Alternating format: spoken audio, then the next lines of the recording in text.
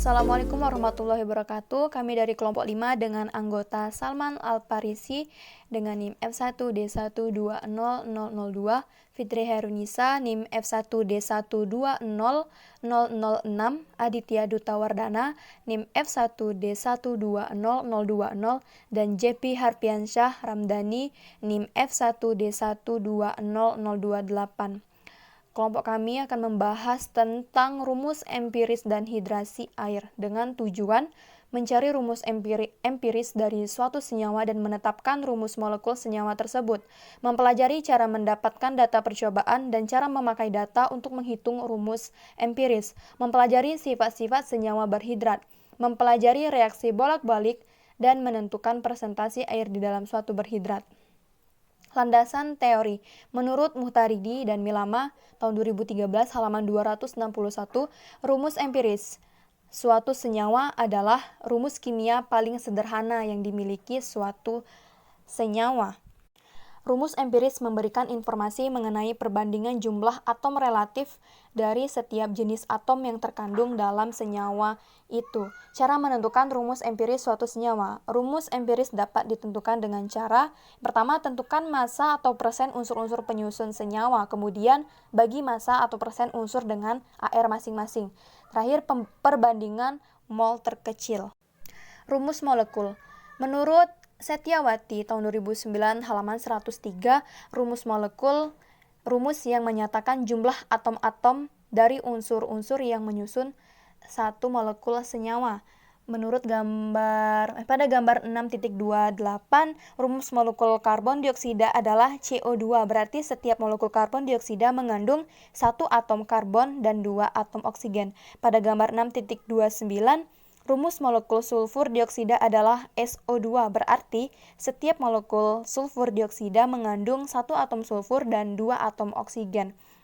Dan menurut gambar 6.30, rumus molekul hidrogen peroksida adalah H2O2, berarti setiap molekul hidrogen peroksida mengandung dua atom hidrogen dan dua atom oksigen. Nah, di sini cara menentukan rumus molekul suatu senyawa, yaitu dengan pertama, tentukan rumus empiris, kemudian hitung MR senyawa, selanjutnya tentukan kelipatannya. Kemudian rumus molekulnya yaitu N dikali rumus empiris. Hidrasi air. Menurut Utami et al. Tahun 2009 halaman 121, hidrat adalah zat padat yang mengikat beberapa molekul air sebagai bagian dari struktur kristalnya. Jika suatu senyawa hidrat dipanaskan, maka ada sebagian atau seluruh air kristalnya dapat dilepas atau menguap. Jika suatu hidrat dilarutkan dalam air, maka air kristalnya akan lepas. Sini contohnya itu CuSO4 5H2O akan berubah menjadi CuSO4 ditambah 5H2O. Jumlah air kristal dalam suatu senyawa mempengaruhi warna senyawa tersebut.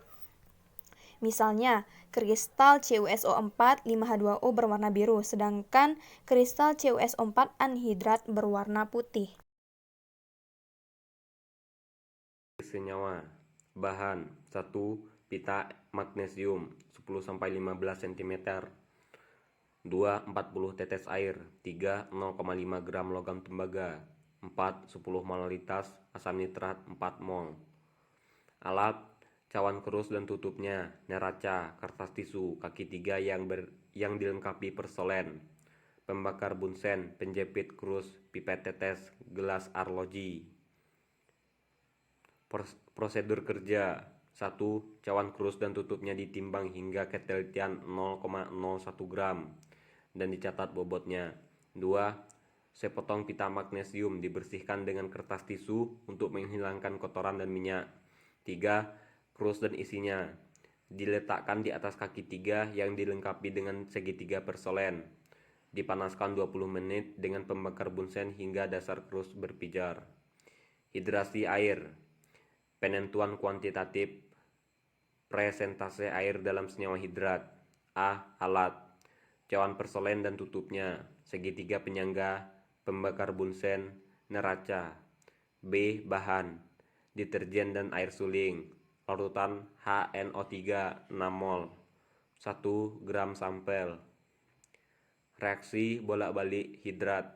A. Alat: spatula, cawan porselen, kaca arloji, pembakar bunsen. B. Bahan: 1/2 spatula tembaga atau 2 sulfat pentahidrat (CuSO4 5H2O). Prosedur kerja: A. Penentuan kuantitatif presentase air dalam senyawa hidrat. Cawan porselen dicuci dengan deterjen dan air suling, lalu dibilas dengan air suling, kemudian HNO3 6 mol dan dibilas dengan air suling sekali lagi. Dikeringkan dan ditempatkan cawan pada segitiga penyangga. Dipanaskan dengan hati-hati. A. Reaksi bolak-balik: 1/2 spatula tembaga atau 2 sulfat pentahidrat dimasukkan ke dalam cawan porselen. Diamati sampel dan dicatat warnanya. Ditutup dengan kaca arloji. Dipanaskan sampai contoh berubah. Hasil dan pembahasan. 1. Dari data di bawah ini, hitung rumus empiris senyawa. Suatu senyawa sulfat dengan bobot 50 gram dipanaskan dengan kondisi tertentu. Untuk menghasilkan senyawa sulfat dengan 100 gram, bagaimana rumus empiris tersebut? Nah, cara menentukan rumus empiris tersebut adalah sebagai berikut. Diketahui massa sulfur sama dengan 50 gram. S sama dengan 32 AR. Ditanya rumus empiris dan rumus molekulnya. Jawabannya adalah massa 0,2 sama dengan X massa sulfur oksigen sama dengan X 100 gram sama dengan 50 gram. AR O sama dengan 16 perbandingan mol S banding O atau 1,5625 banding 3,125 atau sebanding dengan 1:2. 2. Benzena mempunyai rumus empiris CH dan massa molarnya adalah 78 G. Tentukan rumus molekulnya. Diketahui ARC sama dengan 12, ARH sama dengan 1 G per mol. Solusi: tentukan rumus empiris CH, hitung MR senyawa. MR benzena sama dengan massa molar. Benzena sama dengan 78 G per mol. Tentukan kelipatannya. CH N sama dengan 78. ARC N tambah ARH N sama dengan 78. 13N sama dengan 78. N sama dengan 6. Jadi, rumus molekulnya adalah N kali rumus empiris sama dengan 6 kali CH sama dengan C6H6. Hidrasi air. Jumlah air kristal dalam senyawa hidrat dapat ditentukan dengan cara A. Dipanaskan. Contoh, CuSO4 5H2O menjadi CuSO4 tambah 5H2O. B. Dilarutkan dalam air. Contoh, CuSO4 5H2O menjadi CuSO4 ditambah 5H2O. Melalui proses pemanasan, senyawa hidrat bisa terurai menjadi senyawa anhidrat. Senyawa hidrat atau garam hidrat bisa terurai menjadi senyawa anhidrat atau garam anhidrat dan uap air. Artinya, molekul air atau air hidrat terlepas dari ikatan di mana kehilangan air dan dari hidrat ini terjadi dalam beberapa tahap membentuk suatu rangkaian, juga dengan struktur kristal yang teratur dan mengandung air lebih sedikit. Air hidrat sering terlepas dari ikatannya karena pemanasan. Jika CuSO4 5H2O dipanaskan semua, maka airnya akan hilang. Kristal CuSO4 disebut dengan tembaga, sulfat hidrat. Jika kristal anhidrat tersebut dibiarkan terbuka, ia akan menyerap air dari udara secara terus-menerus, sampai pada pentahidrat terbentuk. Mengetahui bahwa semua air sudah hilang adalah sebagai berikut. 1. Memberikan pemanasan pada senyawa hidrat hingga terjadinya perubahan wujud yaitu menjadi bubuk. 2. Terjadi perubahan warna. 3. Gelas tempat pemanasan akan kering dari molekul air.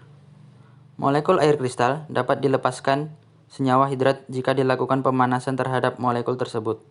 Kemudian, pemanasan dilakukan sampai menguap sempurna. Molekul air yang terperangkap tersebut dapat bereaksi dengan senyawa induk, seperti di dalam molekul heksametilen, tetramin, dan terjadi ikatan hidrogen dengan H2O. Berapa senyawa yang dikristalkan dari larutan rumus molekulnya mengandung air. Ada beberapa kasus molekul air merupakan ligan yang terikat langsung pada ion logam. Air penghidrat dapat dihilangkan dengan cara pemanasan. Penghilangan air tersebut biasa disertai dengan perubahan struktur hablur. Sebagian bahan seperti protein dan silika disebut zolid akan kehilangan air apabila dipanaskan tanpa perubahan besar dari strukturnya. Beberapa senyawa berhidrat. Nama senyawa: kalsium sulfat dihidrat. Jumlah molekul air kristal 2. Rumus kimia: CaSO4 2H2O.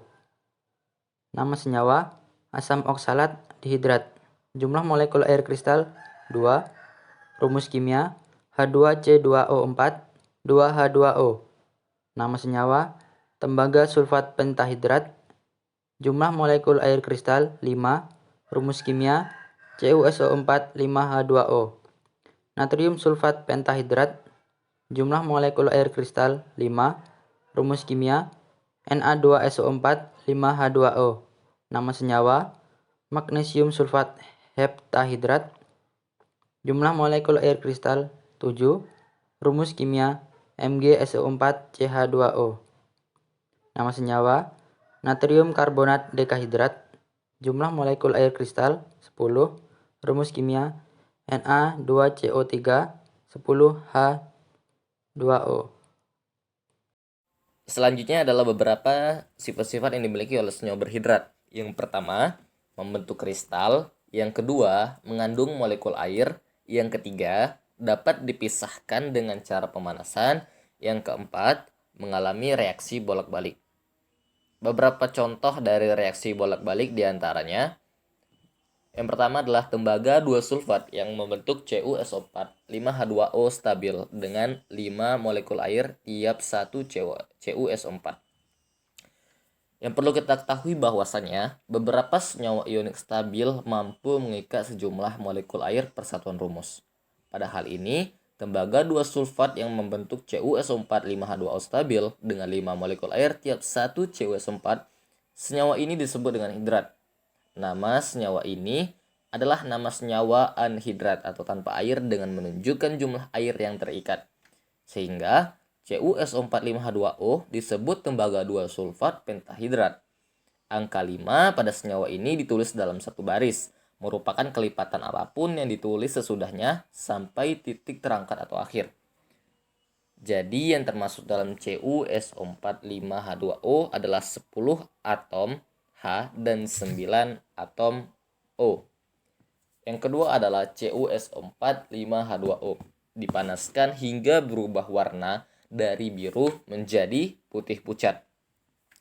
Hal ini terjadi karena molekul air yang terikat pada CuSO4 yang menyebabkan warnanya menjadi biru terlepas dan menguap ke udara sehingga warnanya berubah menjadi putih pucat. Kemudian ketika ditetesi air, maka CuSO4 langsung mengikat air. Kesimpulan yang dapat kita ambil pada presentasi pada kelompok kami ini adalah: yang pertama, rumus empiris suatu senyawa adalah rumus kimia paling sederhana yang dimiliki suatu senyawa. Selanjutnya, rumus molekul, rumus senyawa yang menyatakan jumlah atom-atom dari unsur-unsur yang menyusun satu molekul senyawa. Senyawa hidrat memiliki sifat: yang pertama dapat membentuk kristal, yang kedua mengandung molekul air, yang ketiga dapat dipisahkan dengan cara pemanasan, yang keempat mengalami reaksi bolak-balik, dan CuSO4 5H2O jika dipanaskan akan berubah warna dari biru menjadi putih pucat. Berikut adalah beberapa daftar pustaka yang kami cantumkan atau yang kami ambil sebagai referensi pada presentasi kami kali ini. Inilah hasil presentasi kelompok kami. Jika mengalami kesalahan kami mohon maaf. Wassalamualaikum warahmatullahi wabarakatuh.